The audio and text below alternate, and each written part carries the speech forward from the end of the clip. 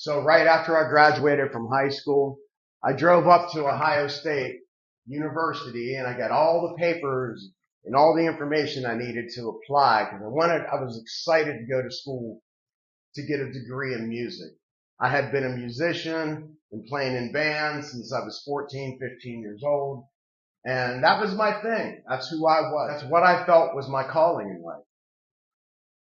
So I came home, showed my parents all the papers. I was so excited. Now this is back in the 80s. And they said, there's no money in that. You can't go to school for that.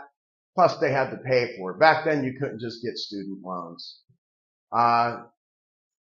So they just put it down and they were like, you should go to school to be an x-ray tech or a welder. Meanwhile, I've been a musician already since I was 14. Well, even before that. But I was supposed to be a welder or an x-ray technician. That didn't make any sense to me. But being the good little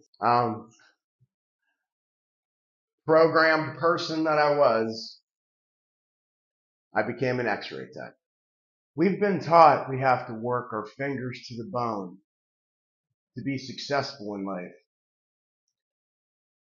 Normally, we're told to go to school, to take up a career that pays well, even though it has nothing to do with our passion or what we're intuitively interested in or good at. So we end up taking jobs we don't like, doing work we don't like, usually with people we don't like because we don't have anything in common with them. And then we wonder why we're unhappy. And why do we do that? Because we're told and programmed from a young age that doing what we love to do is impractical or unrealistic and that there's no money in it. And basically that everything in life is about survival and making money.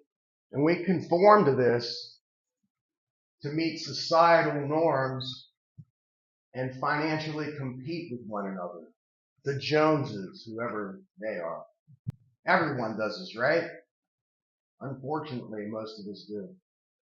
We end up taking pride in working hard and doing these things, and it builds our egos and it makes us angry because we feel trapped. And then that becomes our identity. Just massive egos because we're good at this job that we don't even like and we feel trapped and we're unhappy. And then people wonder why there's midlife crises. It's because by the time we're 35 years old, we realize that we've probably done just about everything that's going to happen in life. We've gone through all the cycles, going on vacation, getting a raise, getting married, having kids, and all these things, going to other people's weddings, seeing a friend die, seeing a relative die. Like we feel like we've seen life already, and there's like John Mellencamp said, life goes on even after the thrill of living is gone. And we get bored and we get desperate and we start looking for answers. And thank God some of us find them. Buried underneath all of our worldly possessions and our false identity is our true self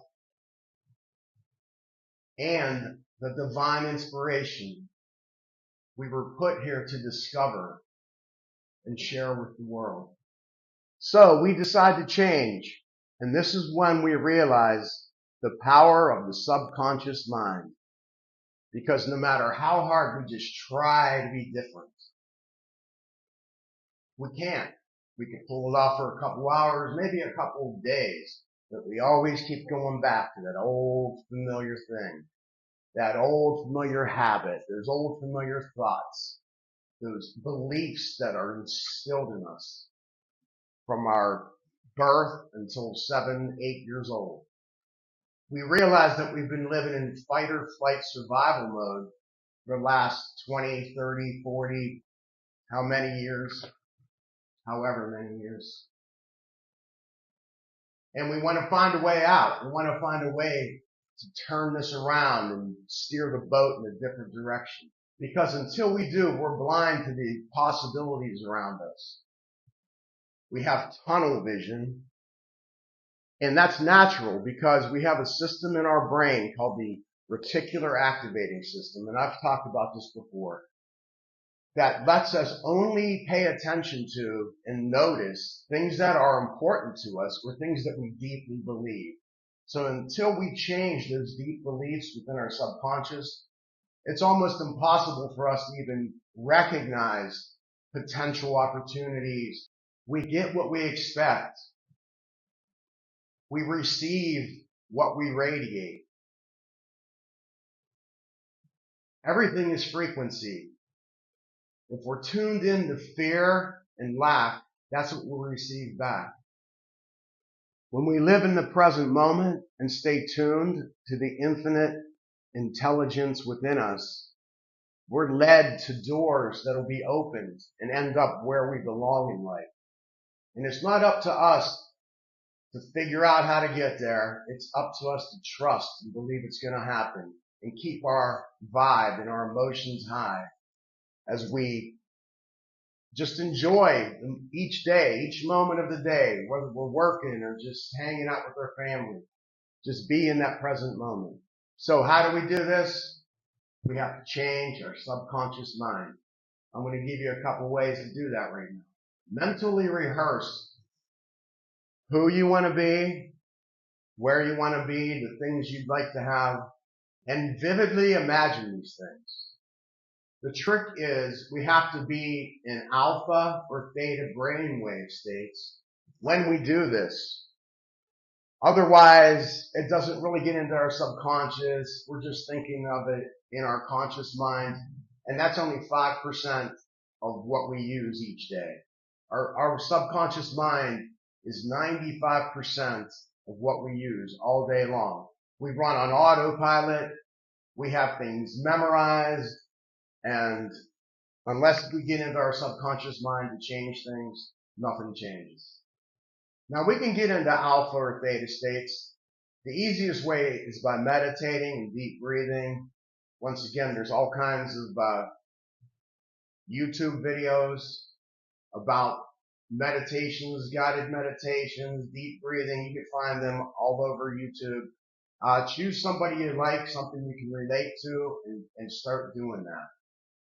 Once you get into that meditative alpha or theta state, that's when you start imagining and visualizing, mentally rehearsing, if you will, who you want to be, what you want to be like, how you want to respond to things in life, the good things and the bad things. Where would you like to be? What would you like to be doing for a career? How much money would you like to be making? Where would you like to be living? You know, imagine all these things. Imagine your life in vivid color and make peace with that. And once you're done visualizing that, just release it. Release it and have faith that it's coming. Go to sleep. It's best to do it at night, obviously. But you can do this in the morning when you wake up. That's when our minds are closest to the subconscious state, is right before we go to sleep at night and right when we wake up in the morning. The other option is to listen to audio books, meditations, or affirmations while you're sleeping. And this will go right into your theta and delta mind, mind waves. And it also imprints on your subconscious mind. As long as we're not in beta, that's what we're in when we're awake. We're in beta, and it's high beta, and we're thinking and we're stressed, and it just doesn't, we can't contact our subconscious mind. As a matter of fact, that we're usually running off of our subconscious mind when we're in beta states. So we have to get relaxed. We have to get calm. That's why it's great to do the meditations, the deep breathing, or to listen to something while you're going to sleep, and while you're even sleeping, it still gets into your mind. Now that you've seen it, felt it, became it, and believed it, release it.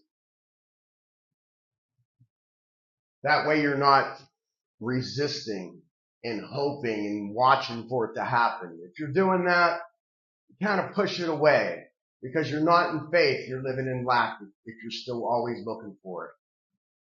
And once again, it's not up to us to know exactly how or when. It's up to us to have faith.